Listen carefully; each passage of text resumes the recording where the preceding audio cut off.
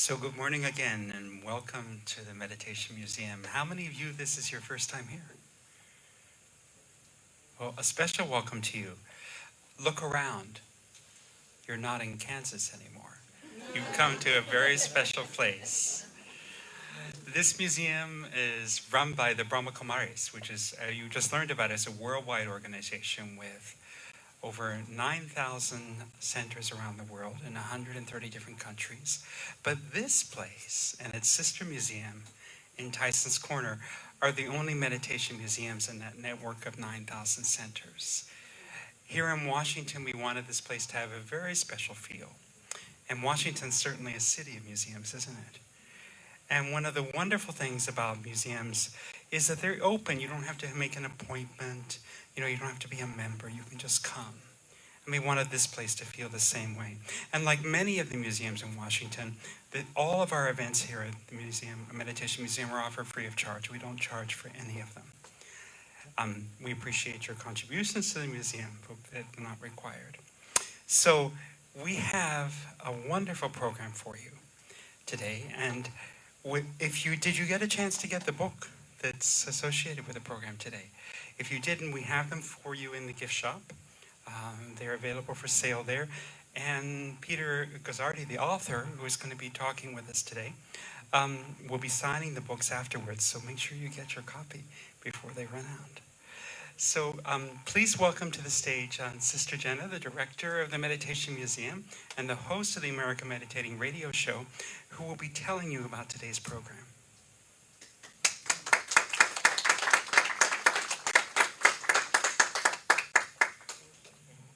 It's good to be in Kansas.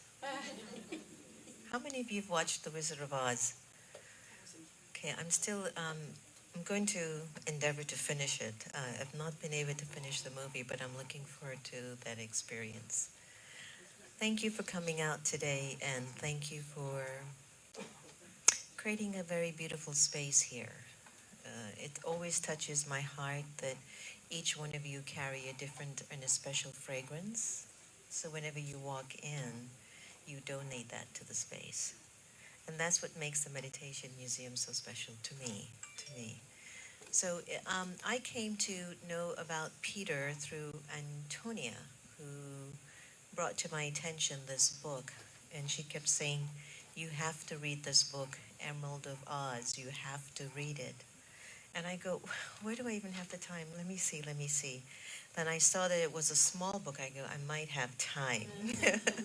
Because sometimes these books are so thick. But she said, really, sister, you're going to love this book. He really offers you some real practical tools. So I actually had the opportunity of going in it and enjoyed it. So we ended up having Peter on the American Meditating Radio. And I hope that you've somehow had a chance to listen to that show.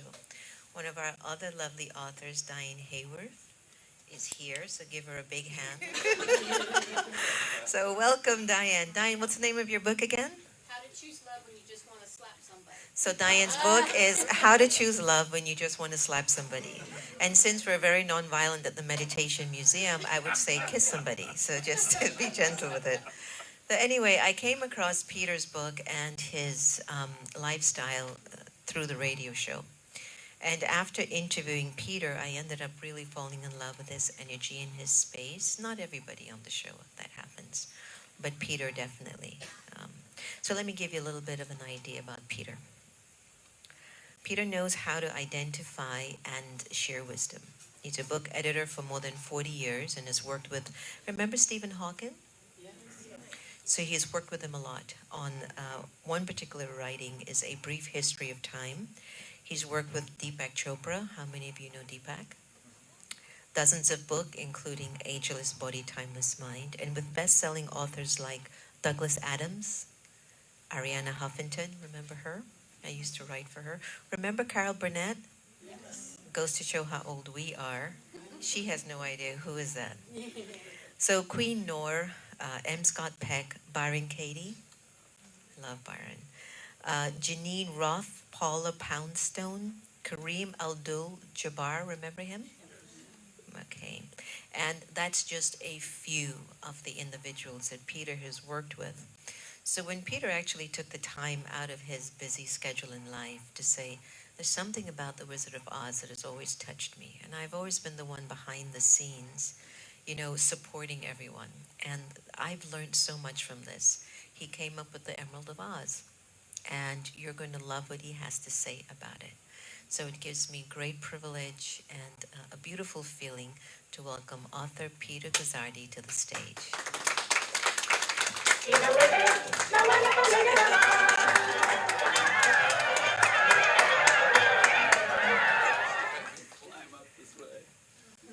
So I think that music was for Peter. Thank you so much. All right.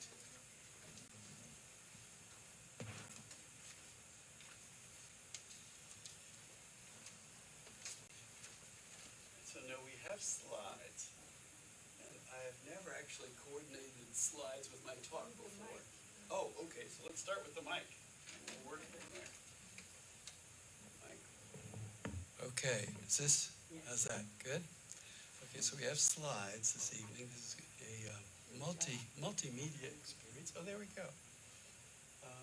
Okay, so that's just to make sure that the right author is at the right place. We've got this slide here. As I look around me here at the Meditation Museum, I realize that really you've already absorbed the essential wisdom here. That peace and truth and what you seek in life lies within, and that is the message of the Wizard of Oz. So at this point, I would like to bid you a fond farewell, and I'll get in my car and drive back to Chapel Hill. No, just kidding. The Wizard of Oz is the most watched film of all time.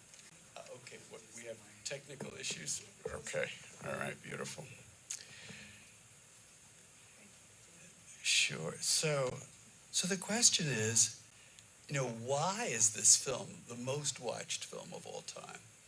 And it's not just because of the extraordinary acting and singing and dancing and the costumes and the set design.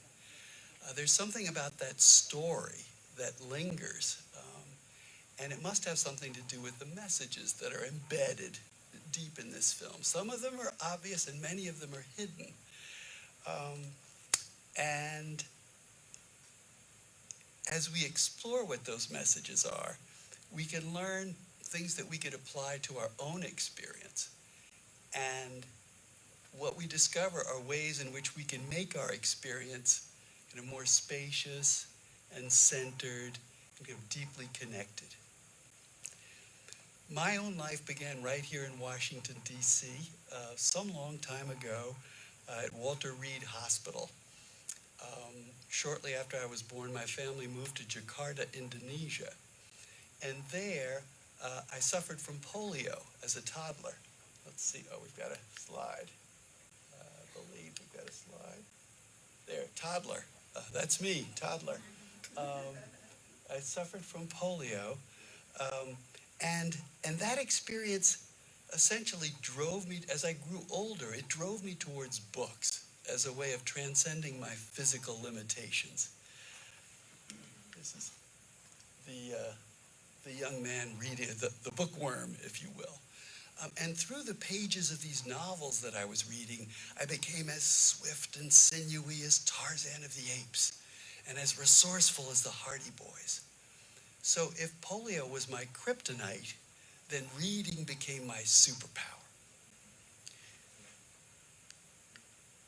Let's go back one.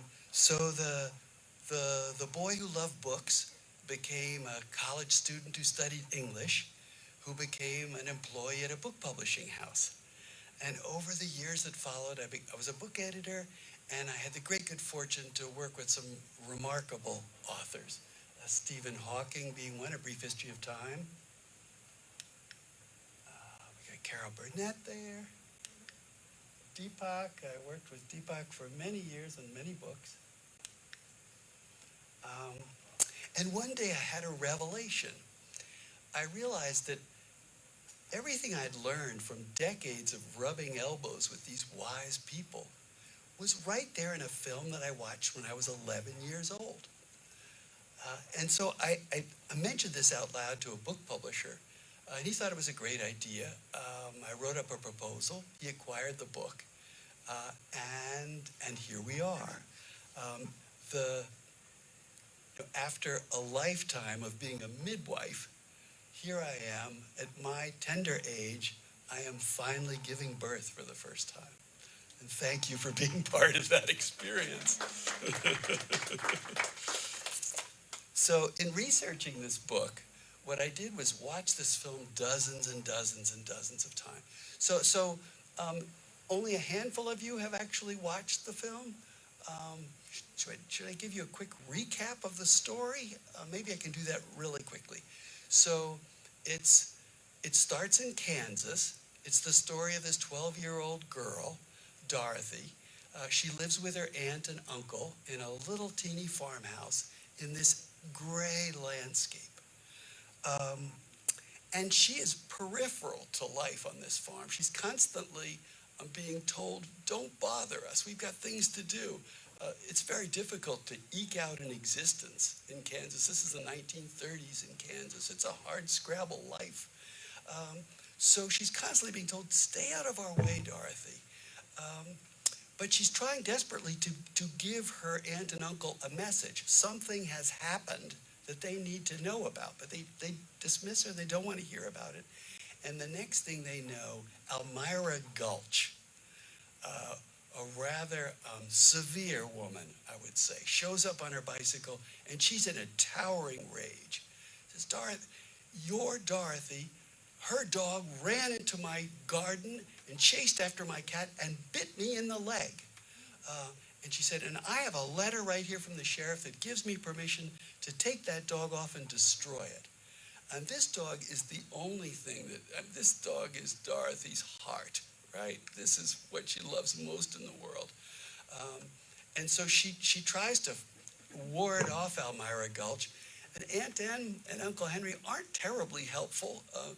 Miss Gulch is the most powerful. She owns half of the county. And they accede to her wishes grudgingly, but they give the dog to Miss Gulch, and she puts it in her basket, and she drives off to kill the dog. Fortunately, Toto jumps out of the basket, runs home, but here's Dorothy. This is the darkest scenario she could possibly imagine. So what's she going to do? She's going to run away with Toto. So she packs up her few belongings, goes off. She meets a carnival faker, a barker who's traveling around kind of giving sideshows. And then she goes, he basically tells her, listen, you've got to go back home. You don't want to be out here as a 12-year-old girl with a little dog. You should head home. So she does. And then a cyclone arises out of nowhere. She's trying desperately to get into the cellar, doesn't succeed, is struck by a window and knocked unconscious. And in that moment, she is transported. Then we see a kind of dream sequence where she's in this house, her farmhouse, and she's been caught up in the cyclone, and for hours and hours, she travels in the cyclone. She falls asleep. When she wakes up to this thud, this crash. The house has crash landed in Oz. And up until now, the film has been black and white, but now it's Technicolor. She steps out into this amazing landscape where everything is gleaming and wondrous. And she has a series of adventures. She meets a scarecrow who talks, and a tin man who's rusted solid, and a lion who's terrifying. And she has these adventures in Oz. She wants desperately after a while to leave Oz, but she can't. In order to leave Oz, she has to go to the Wizard of Oz, and maybe he can help her. So this becomes a journey to the wizard. When she gets to the wizard, he's actually not terribly helpful. He says, you have to slay the Wicked Witch of the West, the person in this world who has more power than I do. It's your job to destroy her, bring her broomstick back to me, and then I'll get you back to Oz. So she succeeds, comes back to him.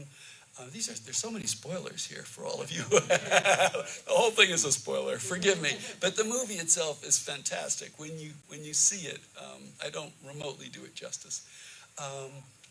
But she succeeds, in this mission. She comes back to him, and it turns out Toto, so the Oz is in this palace, right? And when you go in and visit him, you see this kind of disembodied head, and there are these lights, and there's this smoke, and there's this booming voice, I am the great and powerful Oz.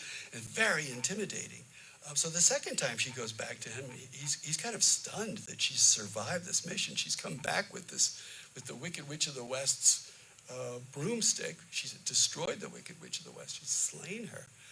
So he doesn't really know what to do. So he's kind of fumbling and saying, well, it's going to take me a few days to grant all your wishes. Meanwhile, Toto has gone up to there's a little curtain over on one side of the palace, the throne room, and he pulls back the curtain, and what's there but this kind of small, balding man, kind of furiously pulling levers and speaking into a microphone saying, no, don't look behind the curtain. It turns out that Oz is a dream. And this man is the Cardinal Faker that she met early on in the caravan.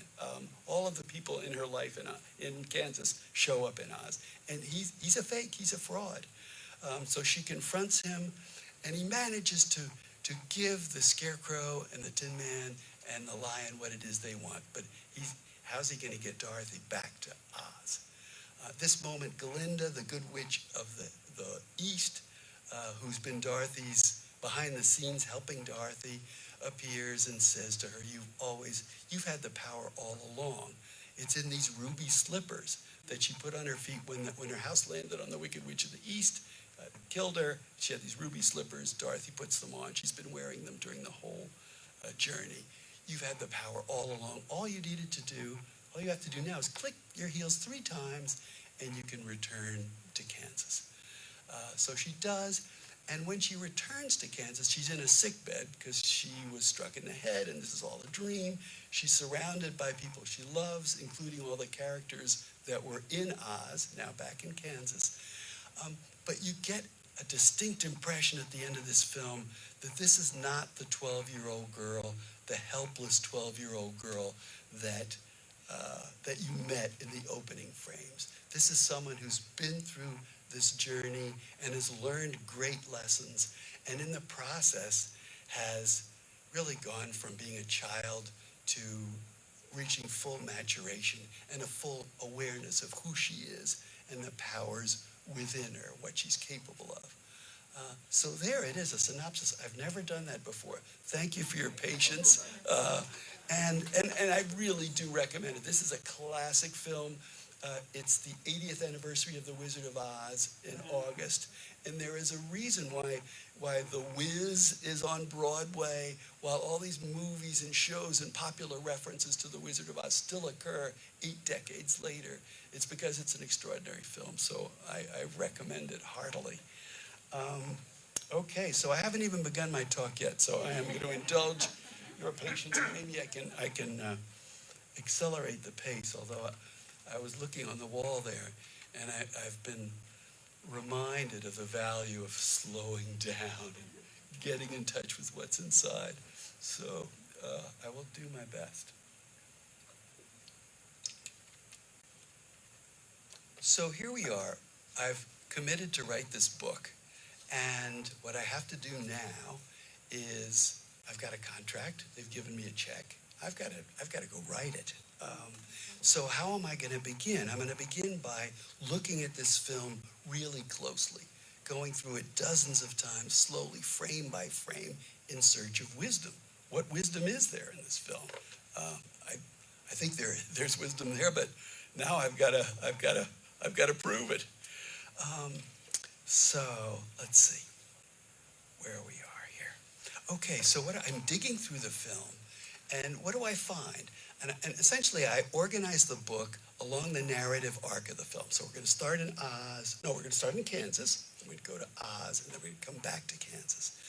And the book is organized that way. And what do I find? Lots of kind of little bits of wisdom, if you will.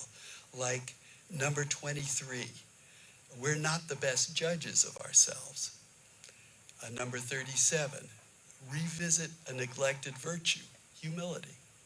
And number 52, it's all about the shoes. So essentially, each one of these bits of wisdom is directly linked to a moment in the film. And while I'm doing this excavation, my shovel goes like clunk. And I've hit the first of what are 9 huge chunks of wisdom. These are smaller bits of insight, but I discover the first of 9 huge chunks of wisdom. And I call these emeralds. And each of these is linked to a particular iconic moment in the film. And we'll run through those quickly. Later on, we're going to have a little worksheet and an interactive experience, perhaps, where, well, I'm getting ahead of myself. Let's just talk about the emeralds. So, this is a giveaway that I can give you later on when you pick up a copy of the book. I'll give you a little card that has the 9 emeralds of wisdom. And they're at the heart of this book. But emerald number 1 is listen to your longing. So the moment in the film where we realize this film is extraordinary is when Dorothy, Judy Garland, steps into the barnyard, this little girl, and opens her mouth and begins to sing. And there's a reason why Judy Garland got this part. She has this incredible voice. And it's just, the song is just achingly beautiful. And the song is filled with longing. She longs for, it's about a place where she can transcend this world that she's struggling with, where troubles melt like lemon drops. And so that's what she longs for at first. Later on, she's going to long for Aunt Em and home. But longing is the engine that drives this film. And the ancient sages of Kabbalah tell us that longing is also the desire, is kind of the engine of the universe. It drives everything. It's the force that drives everything. And so this becomes a profoundly centering question or issue. Listen to your longing. When you listen to your longing, suddenly you become kind of profoundly centered. It's not just what you need or what you want. It's not what other people expect of you or what you're in the habit of doing, but go deeper. This first emerald is an invitation to go deeper and listen to your longing. The second emerald is see the situation as if for the first time.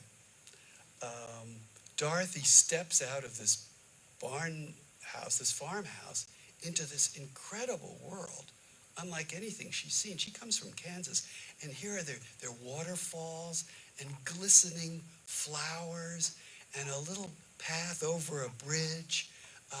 And she gazes at it with such wonder.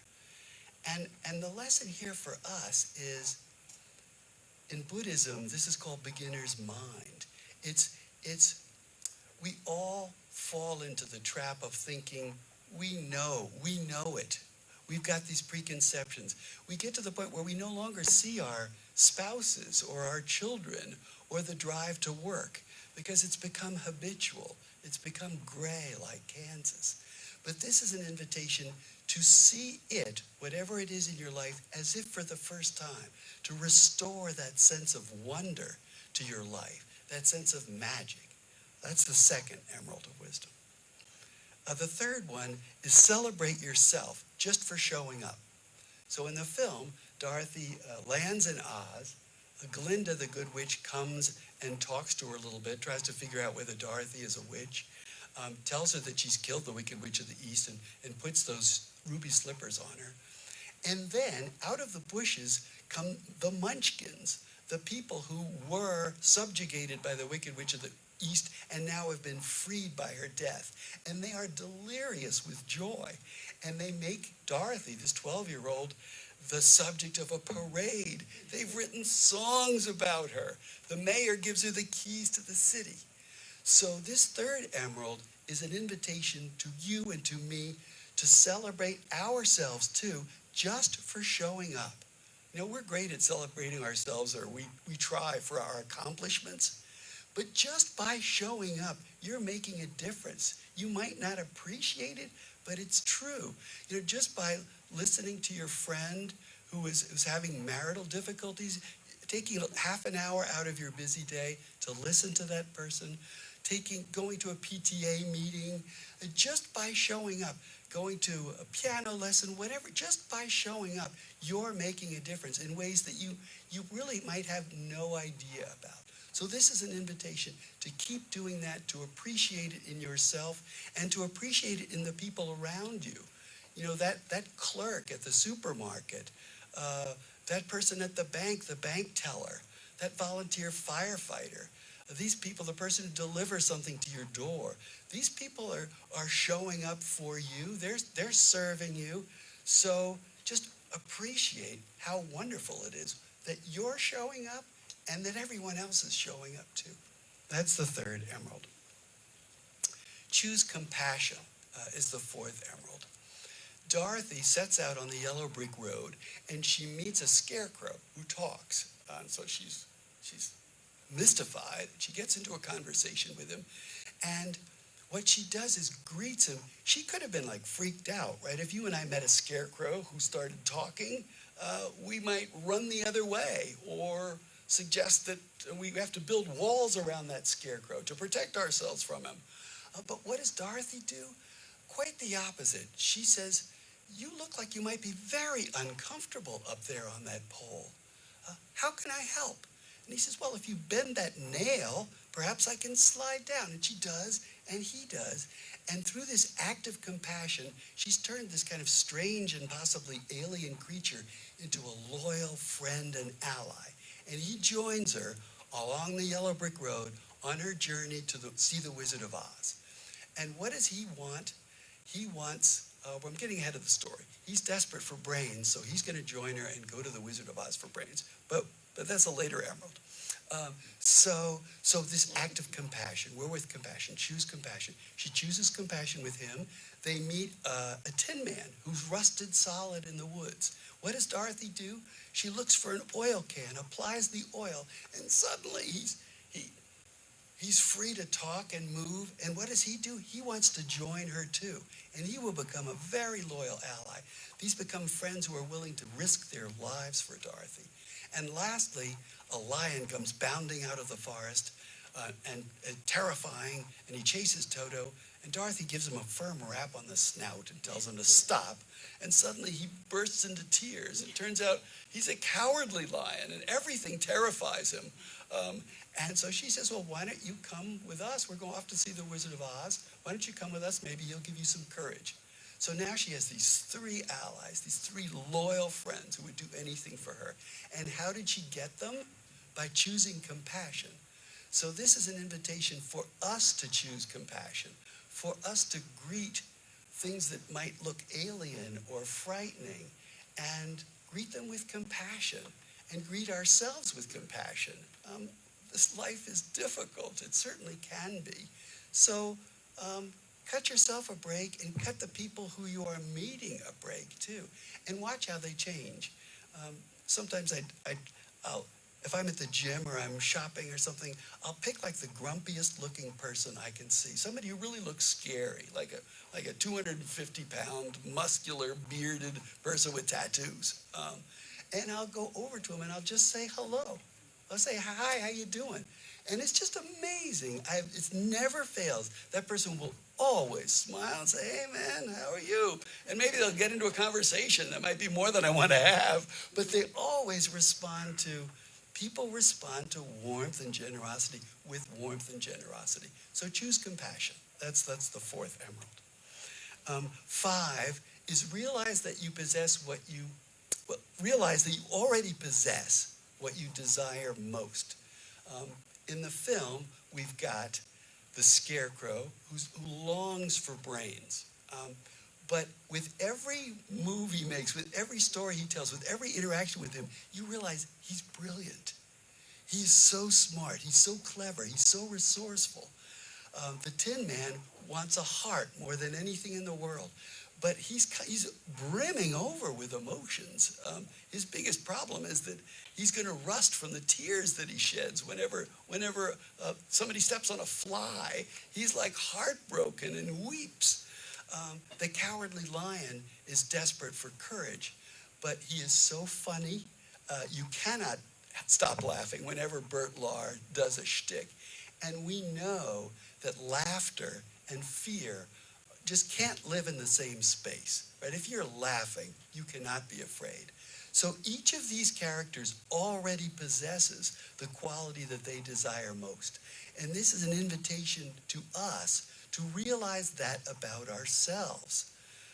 I suffer from anxiety and from panic attacks. What do I want most in the world? What do I think I don't possess? Courage.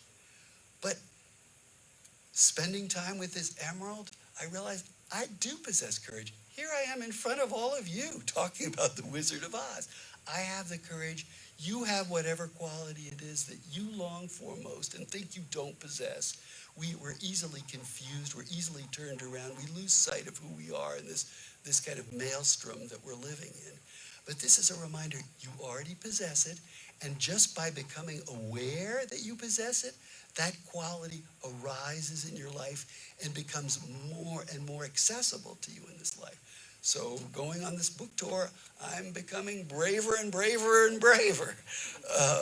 And so this is an invitation that the same is true for you. Number 6 is face what you fear. Dorothy is terrified of the Wicked Witch of the West. And when you watch the movie, you will be terrified of her too. When I first watched that film at 11, if you were to ask me, like, what was my number one takeaway, it's like terror. This movie is scary. So if you're going to show it to your kids, wait until they're 10 or 11. People today show it to their kids when they're 5 and 6, and I think to myself, oh my gosh. So this witch is scary. But Dorothy, in order to get what she needs, is going to have to face her. She's going to actually go to her castle and take her broomstick. So this is an invitation to us. Fear, as you know, it gets, it's like the sound of footsteps behind you. It starts off softly, it gets louder, and as it gets louder, your anxiety rises, right? But if you stop and turn around and face your fear, it's either, somebody else walking home with you, or there's a very tiny chance that it's someone with bad intentions, and now at least you're facing that person, and you can do what you need to do. But facing your fears makes them shrink and makes them manageable. So that's the 6th emerald. The 7th, we've got 3 more to go. I'm going to try to do this quickly. I'm not sure it's succeeding. Anyway, the 7th one is pull back the curtain like Toto did with the Wizard of Oz and see things as they really are. We are wonderful storytellers, right? That's what we human beings do. And when we tell stories about things, we add drama to them. So a simple act like going for a job interview, what do we tell ourselves? We tell ourselves, well, if I don't get this job, I'm going to be living in a cardboard box, under a train trestle. We layer our lives with drama and storytelling, which is not helpful. So this is an invitation to pull back the curtain on those stories you've been telling yourself about whatever's going on in your life and see things dispassionately, clearly, curiously for what they really are. Suddenly they become so much more manageable. Number 8 is you've got the power and you've had it all along. So Dorothy has been abandoned by the Wizard of Oz. And he can't help her go back to Oz. Glinda reappears and tells her that you've got the power. It was right there in those ruby slippers. Click them 3 times and you can go home. And this is a reminder to us that we have the power too. It's so easy in this crazy life to feel powerless, to feel that we're insignificant, that great forces are at work and we're helpless in the face of them, or that other people are so much more powerful. They have all these qualities I don't have. Well, it's just not true. No, you have the power. You've had it all along. And if you haven't recognized it to this point, it's time. You've got it. Step into it and watch it change your life for the better. Number 9 is there's no place like home. So this is at the end of the film. Dorothy clicks her heels and says, there's no place like home. There's no place like home. That's her mantra. And she returns. Suddenly she's in that bed recuperating in Kansas. And I am going to read just a shortish passage from the book about the ninth emerald.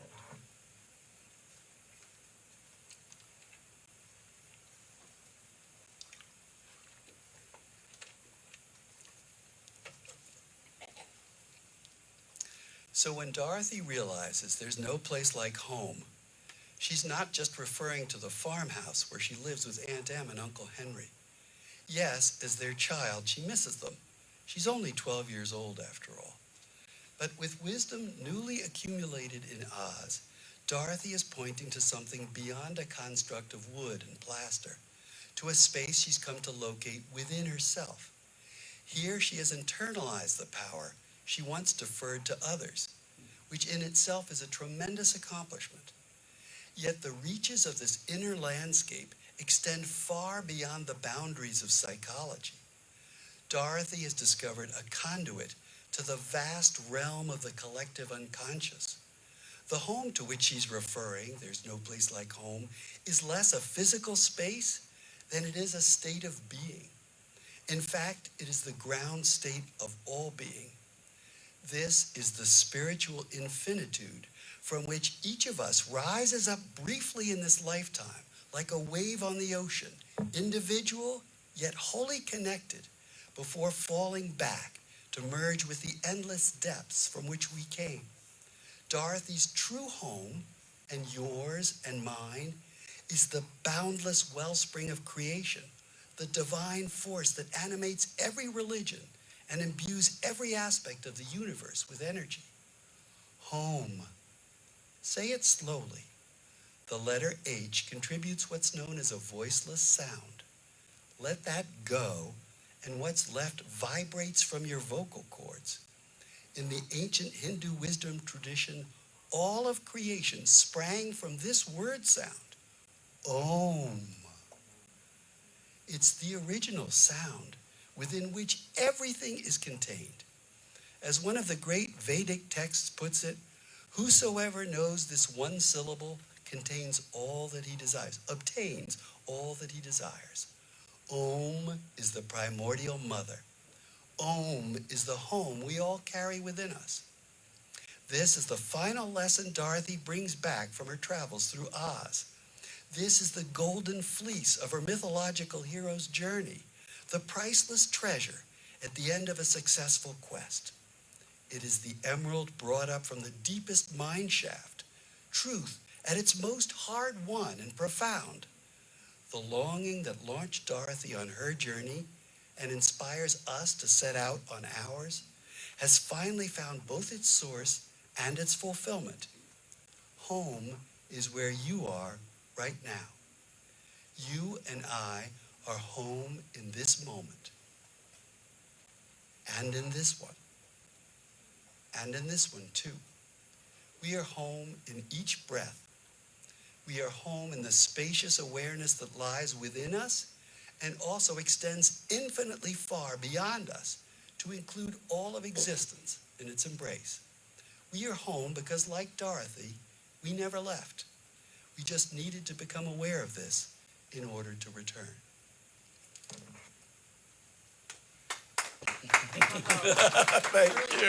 Thank you.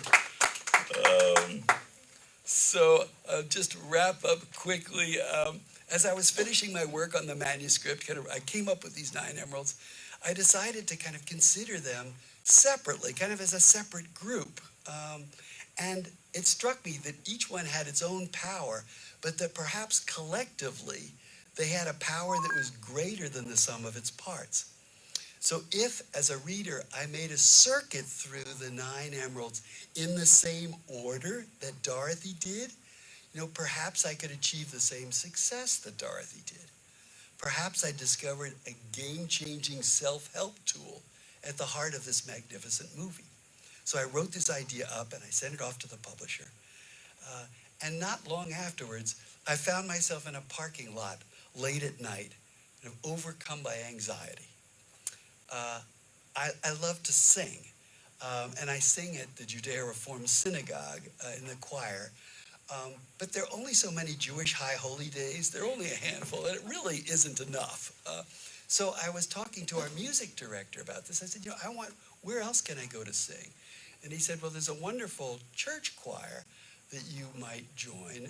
They do a couple of big concerts a year, but you're going to have to audition. They don't just accept anybody who shows up.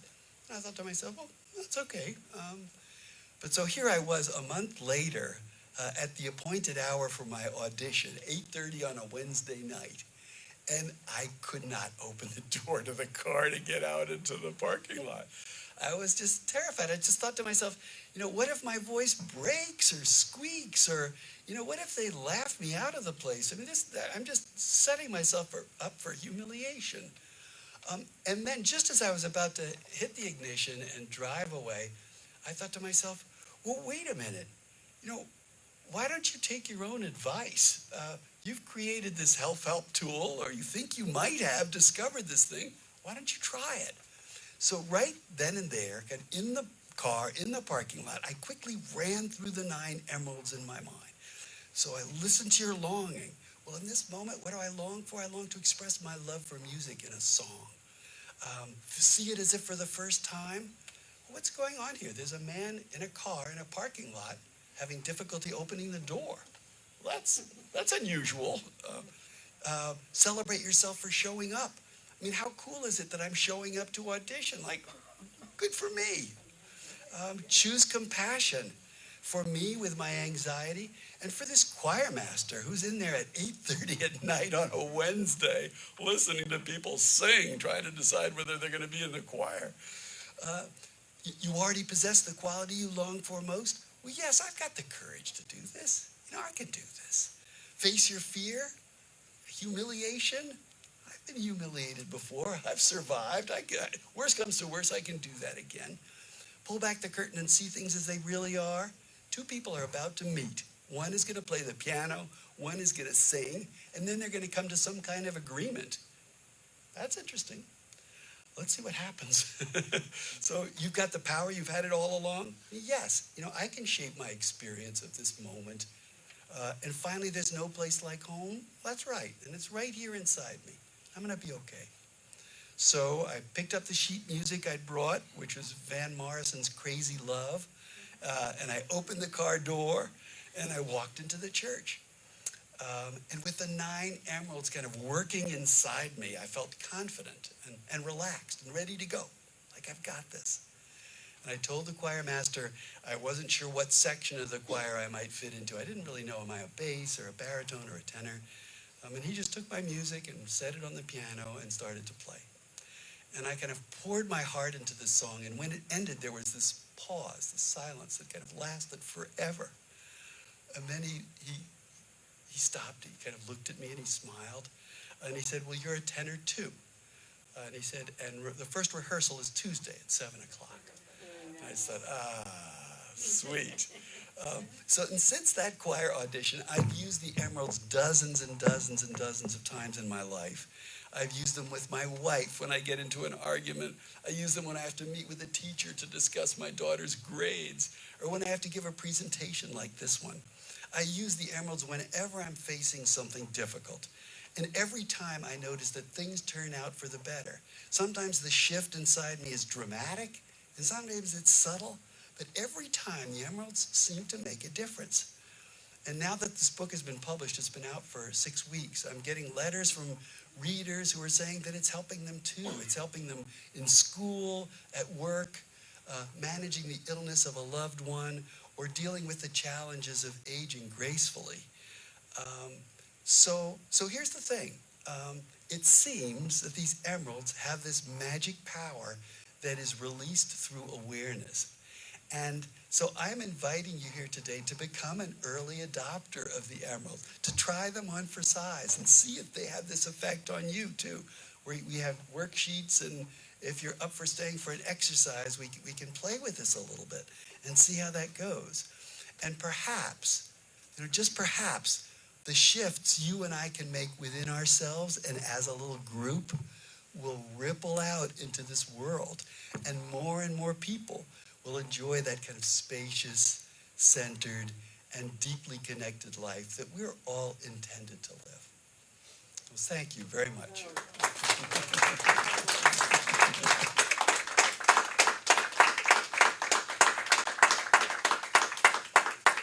Okay, so we've got worksheets for you, and we've got these little cards so that, the tricky thing about 9 emeralds is remembering them. So now you've got a card. They're right here in front of you.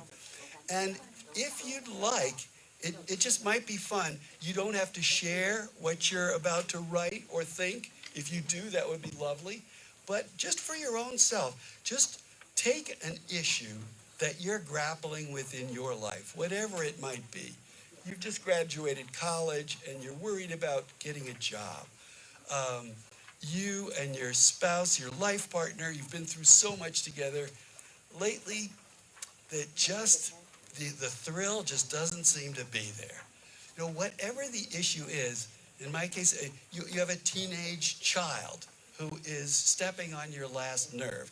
Whatever your issue is, bring it to the top of your mind. That was well done. That young lady in the back just chose compassion. Sorry, distracted. So take this issue that's top of mind for you and then run it through the 9 emeralds and just see. You might not feel anything right away, but I suspect you're going to feel a shift in the way you deal with this issue in your life. And maybe you can shoot me an email a few days from now or a week from now. Or maybe you're up for talking about what happens in the course of just this next 10 or 15 minutes. Either way, it's just a chance for us to be early adopters and put the emeralds to work and see what happens.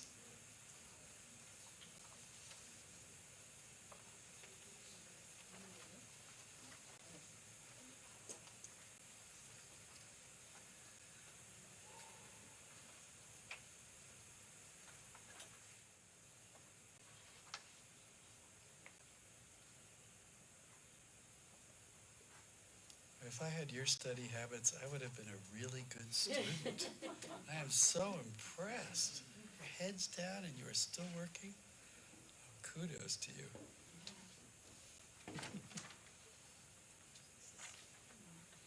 Oh, I'm so glad. Oh, you're welcome. Yeah.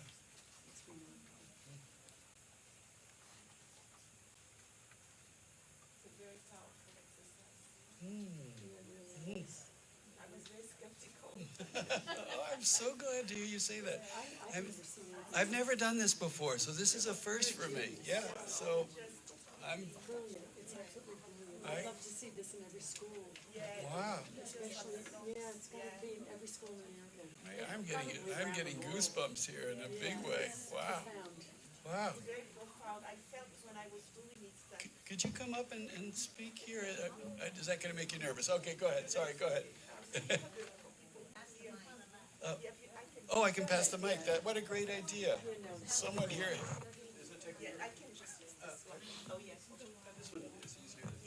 I was just saying when I was skeptical, but when I did the exercise, I noticed, I felt like, wow, he must have been divinely led to do this. I felt that this wasn't coming from you, it was coming through you, because it just unlocked something such at a deep level for me that I just felt it had been spoken through you. So I wanted you to know that.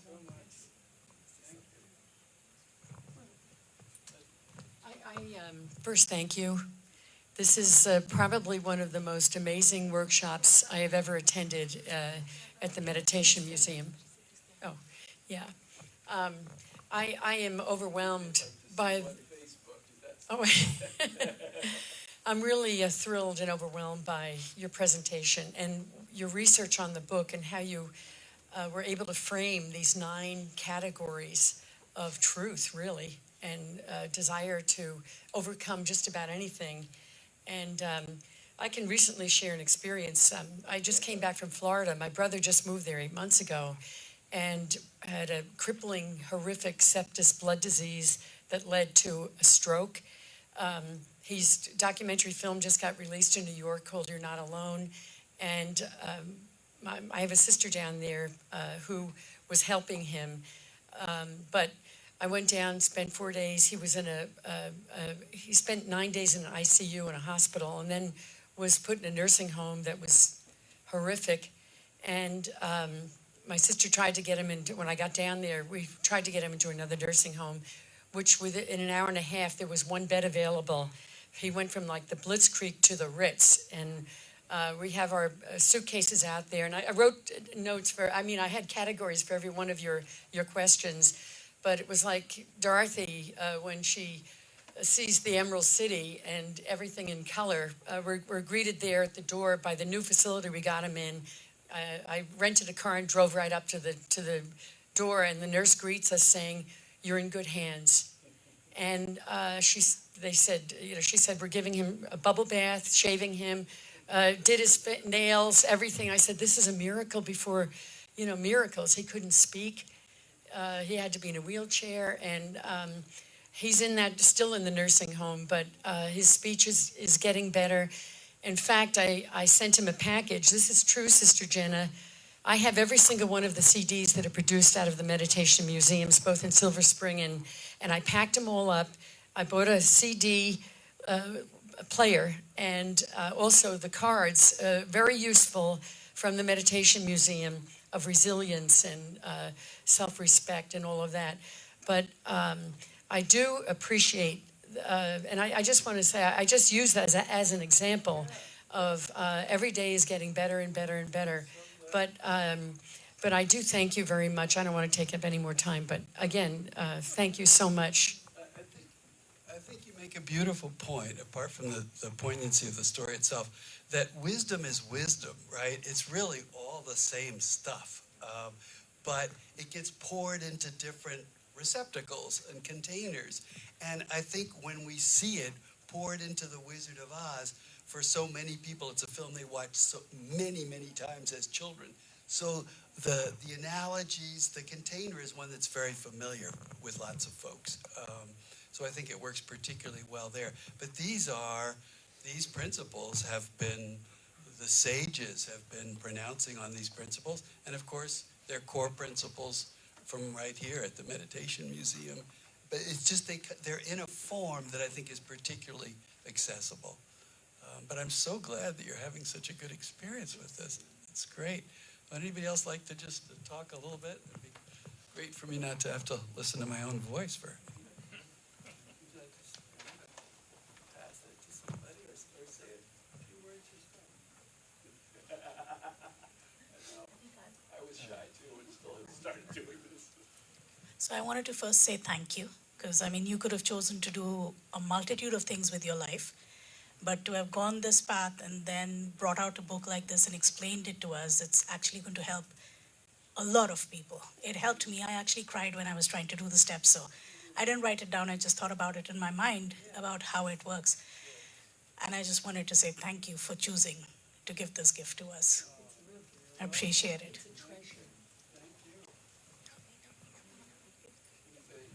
Overcome their shyness for a moment and share.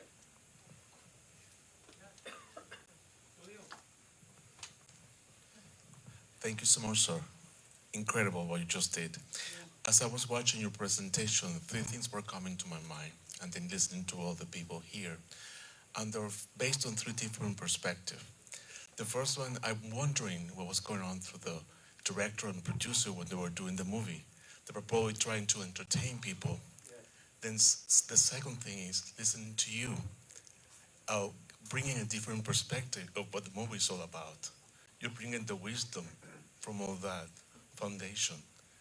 And the third is being a student at this a meditation museum, how incredible is how you're connecting all the dots and bringing that it's only one perspective, it's only one vision. So it's incredible you've done. And as I was doing the exercise, it's unbelievable how these 9 things is just bringing a purpose to life. It's bringing this longing. So it's just incredible how you put it together. Thank you.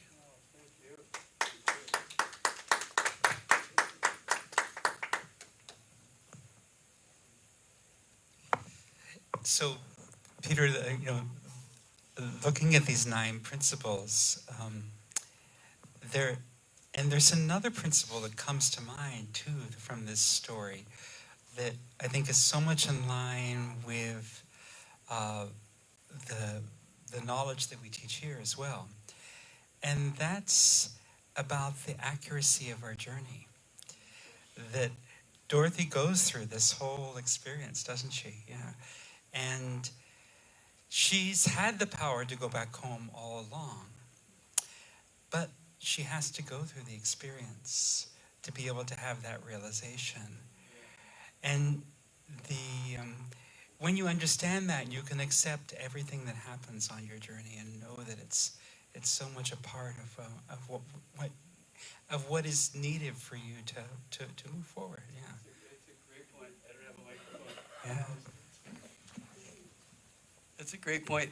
And there is this wonderful moment in the film at the very end when Dorothy is learning that she had the power all the time. All she had to do was click the ruby slippers 3 times, and her friend, the Scarecrow, gets upset, with Glinda, the good witch. He says, well, why didn't you just tell her that to begin with? And Glinda said, I could have told her, but she had to discover it for herself. And that aligns so beautifully with what you're saying, David. It's really, and everything that we are discovering, everything that we're living through, the hard stuff as well as the beautiful stuff, is all kind of grist for the mill. It's all moving us forward. It's all teaching us these lessons that we need to learn before we can, as we kind of step into who we really are. Yeah, that's beautiful. Thank you. I think the schools would benefit from this immensely in teaching. The schools would benefit from this immensely. Yeah, I think that's a great point. Yeah, and the kids could just watch the film, which they'd love, and then they could learn. Yeah, the emeralds. Yeah, I mean, as far as I'm concerned, choose compassion. You get your money's worth out of choose compassion. I mean, if we could all do that, what kind of a different world would it be? And of course, we all know these lessons. What we have to do is just keep reminding ourselves to do them. We've all got the wisdom. And this is one, boy, if I could just kind of, I don't know, ink it into my hand and just kind of, just keep choosing compassion and just watch the world kind of ease your way.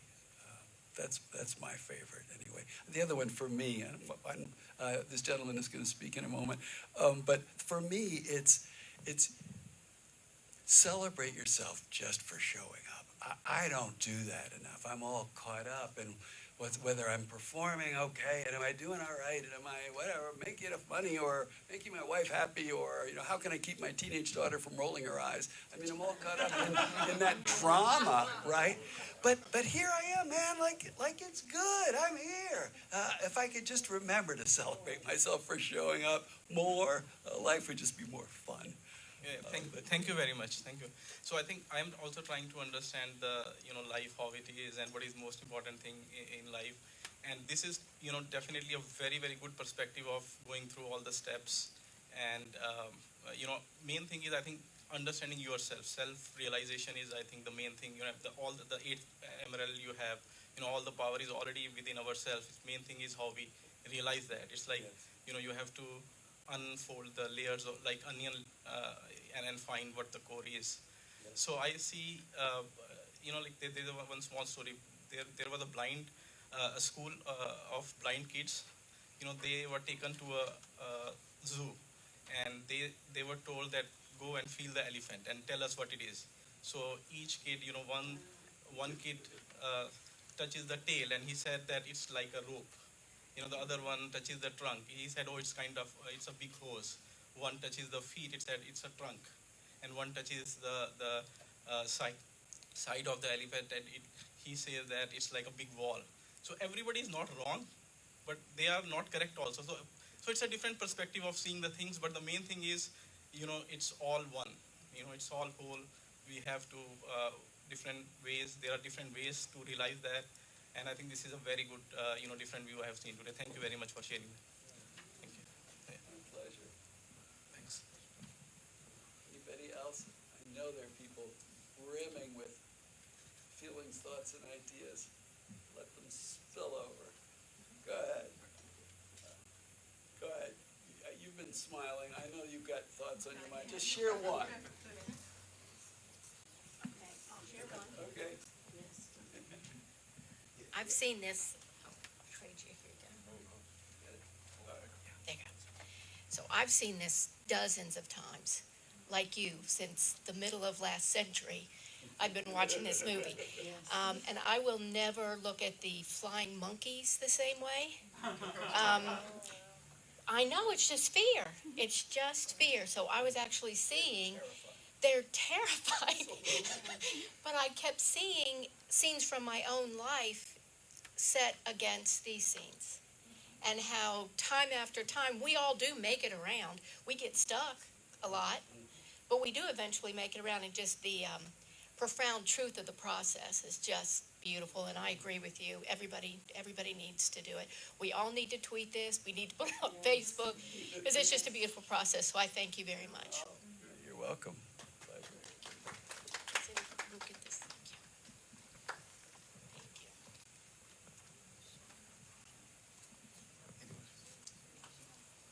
Sister Jenna, is there, what do we do now? Oh, we've got, good. I would love to hear from somebody else. Oh, okay. I just wanted to say that. Okay, sorry. I just wanted to say that after doing this activity and stuff, that it definitely helped, because like you, I also have anxiety, so even right now I had to talk myself into this, but I'm like, it's okay, it's not that hard. And this definitely helped, because now I just see it like I miss opportunities in everyday life because I'm scared. But now I feel like maybe if I do this really quickly before doing something, it might be a little easier. And I feel like if I just think of how I need to face my fear and how I can do this, maybe just now I'll be able to stand up and say something rather than being scared and hiding in a chair. That's beautiful. That's beautiful. Thank you so much. Anyone else would like to share? And how old are you? 13. Give her a big hand. That's beautiful. There's one last share. Oh, absolutely.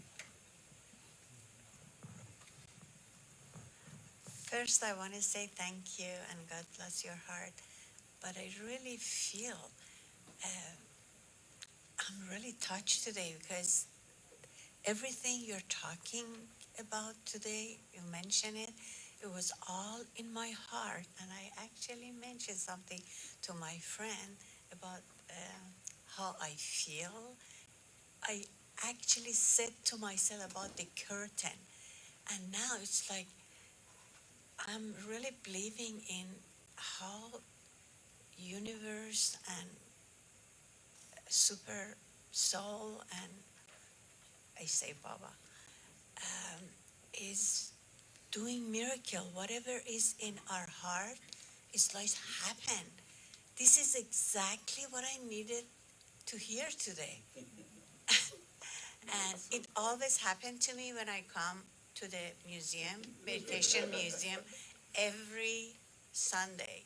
Baba said things which is exactly what I'm supposed to hear, and, live with that. Here every Sunday. Is there more opportunities than just But Sunday? Yeah. but you were amazing, huh? God put him here to say exactly what I needed. The words, they were all in my heart. And I didn't want to even face that. But I said today to myself, fear of loneliness. I never ever said that. I never ever felt like, yeah, I have all loneliness. Never. And this is so amazing. I'm just so touched. I was so speechless. glad. I didn't want to talk. I was thinking, oh, Baba said silence, silence. So I better be silent. But she was pushing me to say something. I was like, yeah, I'm in The universe silence. put her here too. Yeah. So that was a big miracle. I'm so glad. Thank you. Thank you. Thank you. I was struck because the two things I'm dealing with right now is where am I going to move and dealing with a seriously ill parent, and that's two things that you wrote on here. I retired a year ago in July from the military after 14 years in medical retirement. Had brain surgery and nerve damage, and I had a suicide attempt. I drove my car 120 miles an hour into a pole. You know, suicide is a big deal in the military, 22 veterans a day. But since then, I learned that I was adopted as an infant, and I learned that I have 3 biological sisters, and one lives here in Hyattsville. She is teaching today, so she couldn't make it. But before I was adopted, my foster parents gave me a name, and it was Dorothy. And so my birth mother gave me the name Stacy Telford, and then I was Dorothy, and now I'm Ann Barlieb. And so this has been a theme of home. And so the problem that I wrote down was, should I move back into my house in North Carolina, or should I stay here locally, because all of my medical care is here at Walter Reed. So when you mentioned Walter Reed, I thought, oh my God, this is like just so amazing. But essentially the conclusion that I helped come to, because I have a lot of anxiety, and it's always interesting to hear it's always nice to have a good news story, like, you get the role, or, you end up in the Ritz, but sometimes we don't, and then it's like really getting into the grit of like, why me? And then trusting, like when my career fell apart, I did everything right. I did A, B, and C, and I expected to get D, but I got an F. And I was like, why am I getting this F when I did everything right? Because my health was pretty much like, you're done. You can't stay in the military. So I watched all of my colleagues get progressed, people who I felt like I outperformed and deserved the role more than they did, but there was other plans. And so it's kind of the thing that I'm learning right now is how to balance having a plan versus being part of a plan. And when there's intersections like this, where it's just so, there's so much that kind of conspires and just reaffirms that everything is divinely orchestrated, I think. And even if I don't understand it at the time, it's, still trying to trust, okay, it's all working out, and somehow in some grander scheme it makes sense, and trying to find that sense of contentment and satisfaction despite my disappointment. So so essentially the conclusion that I came to was I still don't know where the heck I'm going to live, like here or North Carolina. But essentially for the review, I just tell myself everything is okay. I am who I am, no matter where I am. I can be happy anywhere, and I won't get it wrong. Regret and fear have no room here. So, thank you.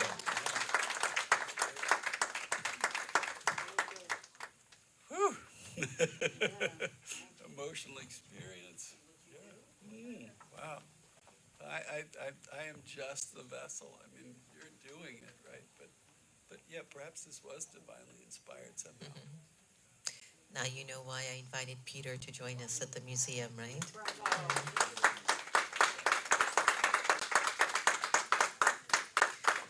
I'm particularly touched by all of your sharings, and in addition, something David said also touched me very much. Like, you just have to go through whatever you have to go through. It's going to be fine, whatever it is. It's just that when you're in it, one of the questions is that you own the stuff so much that you sometimes forget the treasure that's in the stuff. You know, you sometimes forget the treasure. And perhaps us going into all of the different scenes is that there's a treasure that we were missing. And so I wanted to ask you a question, and again, I'm actually inspired to go watch the movie today. It's only because I think there were 5 occasions where either friends or family used to say, "Oh, we're going to watch The Wizard of Oz," and then I sit there for an hour and I'm like, I really need to go now. That's like enough for me. So you can only imagine my personality before spirituality. It's like, okay, I've got to move.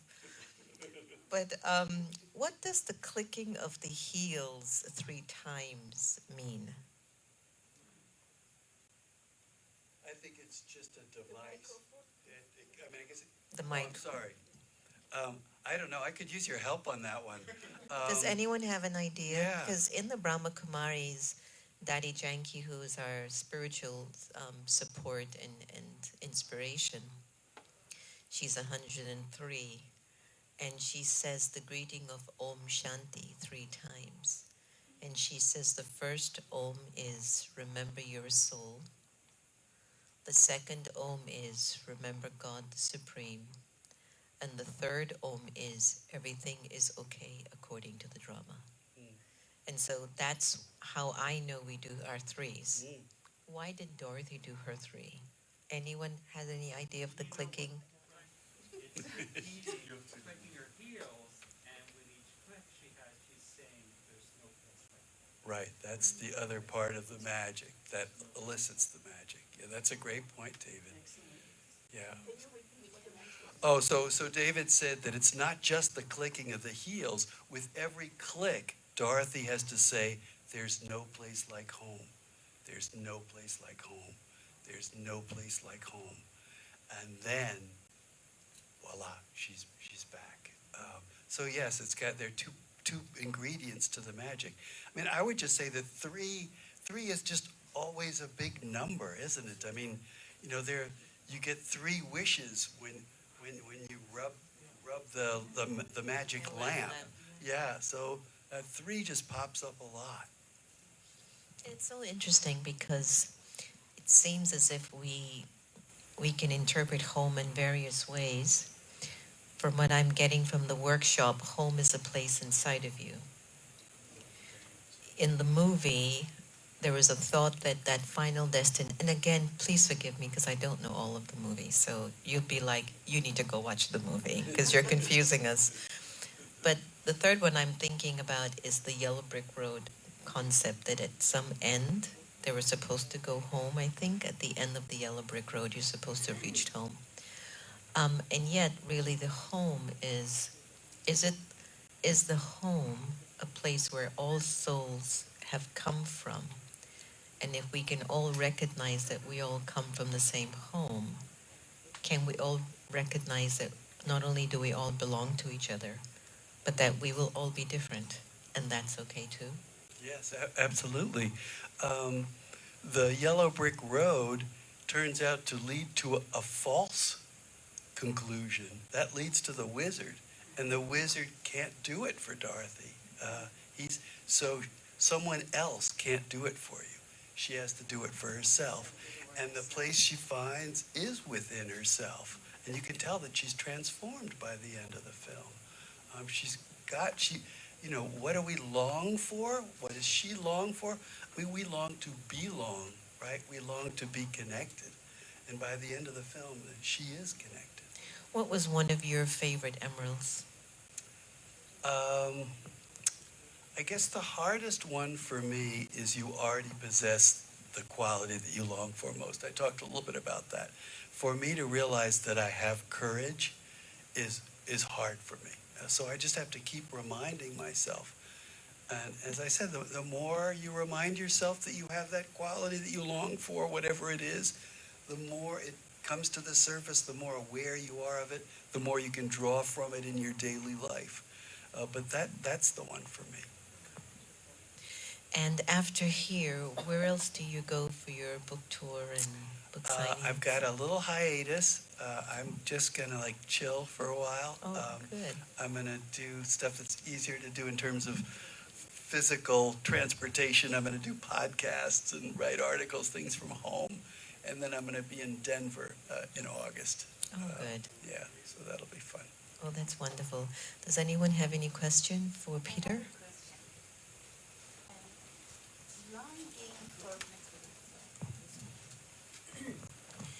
My understanding of longing, after I did a lot of work and research about longing from Buddhist, and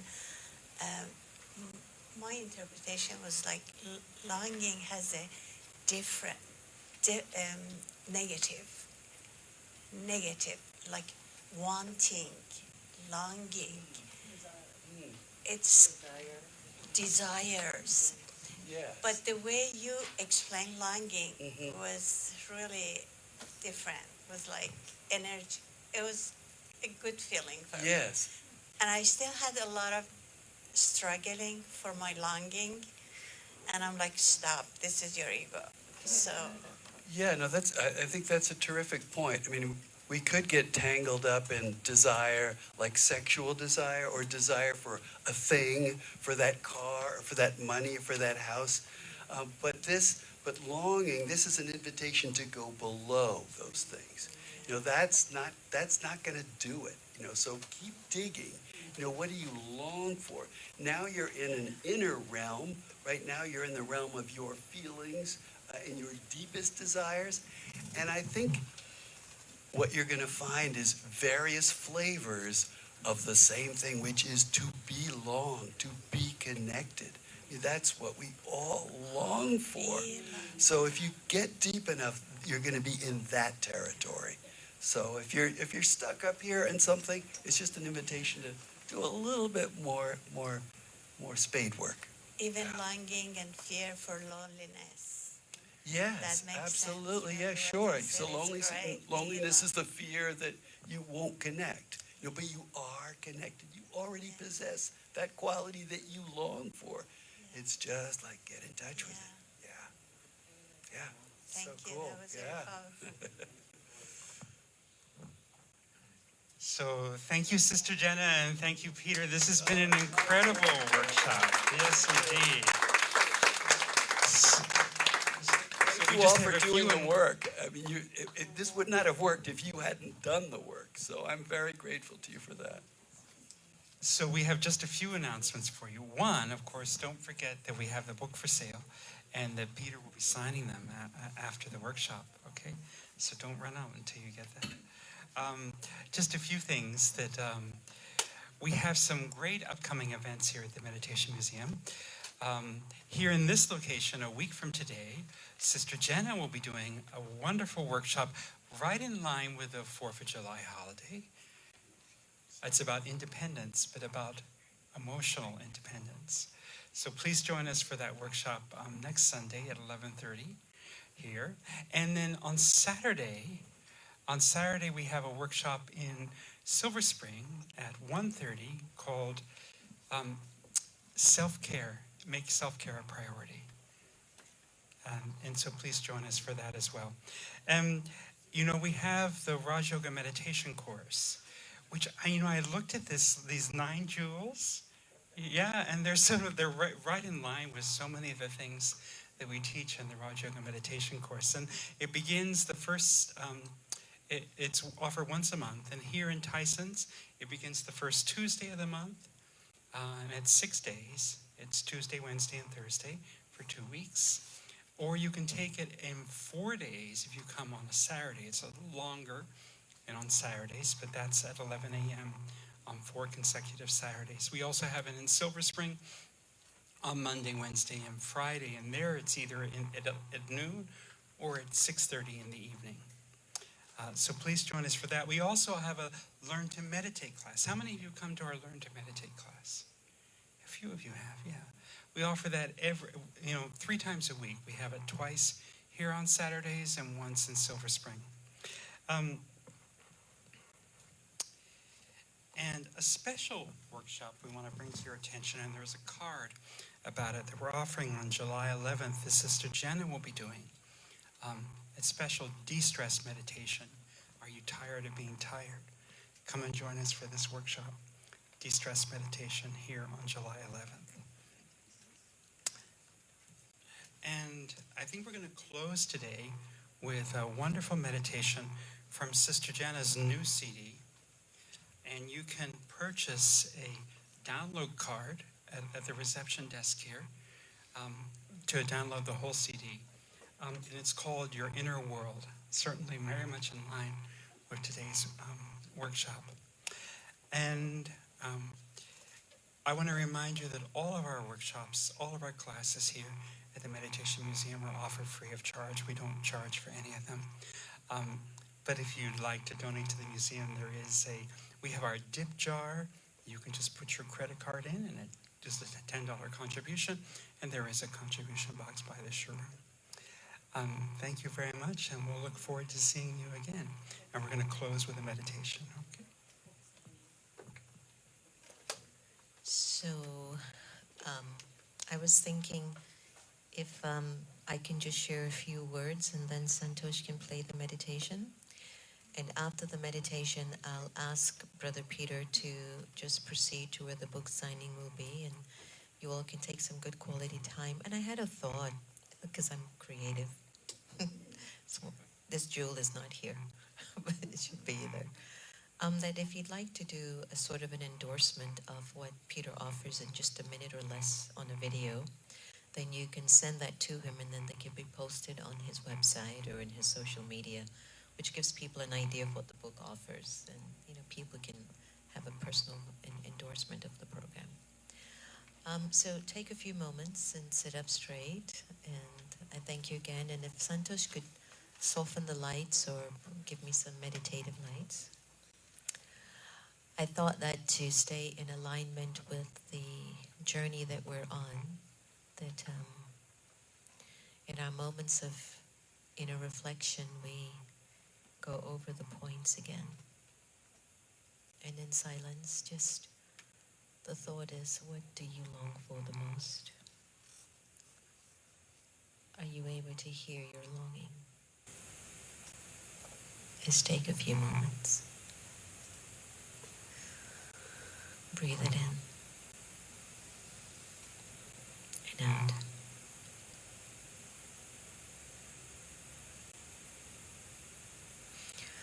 Arrange your thoughts in your mind to see if you can look at the situation for the very first time.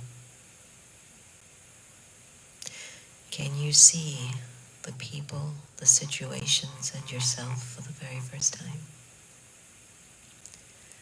And if so, what is that like for you?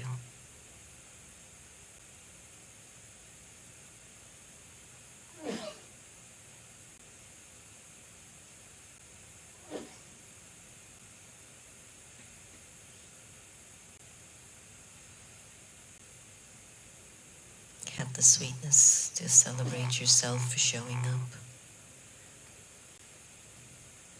Whether they're easy days or not so easy days. The fact that you're breathing and you have another chance. Celebrate that.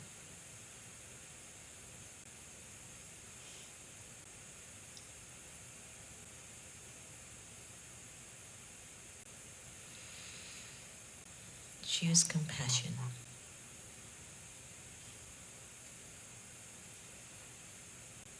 Understanding the needs of another. What it must be like to live their lives.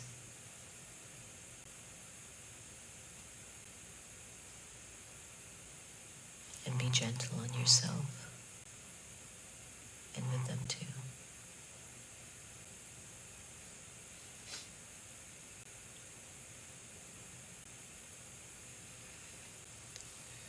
Realize that you already possess what you have wanted the most. Can you believe it? All that searching and looking and trying to find shortcuts and listening to a million people. You possess what you've been searching for the most. How does that make you feel?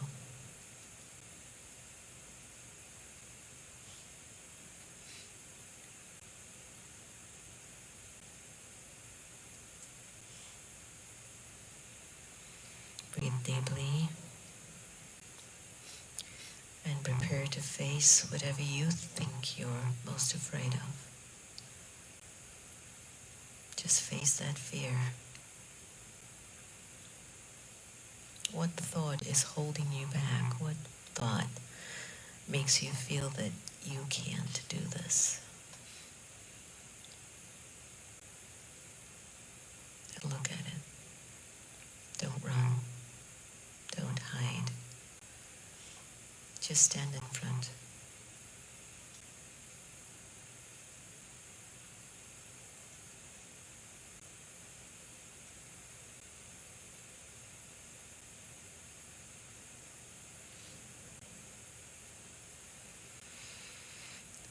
And now pull back the curtain and see things as they really are.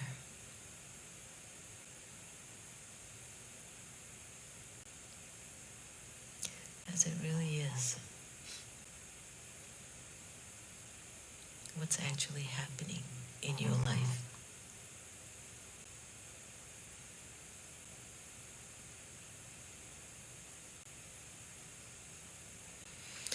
And lastly, you've got the power, and you've had it all along.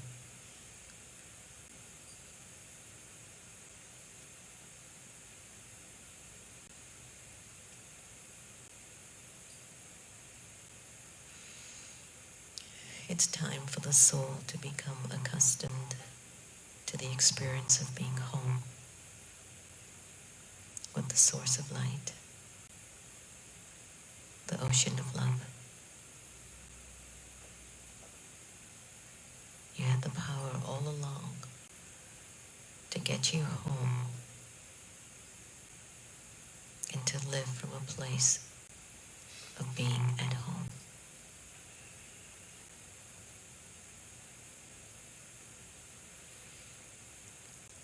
Let's take this moment and sit in your emerald, your beautiful jewel-like self, carrying all of these facets. See them each.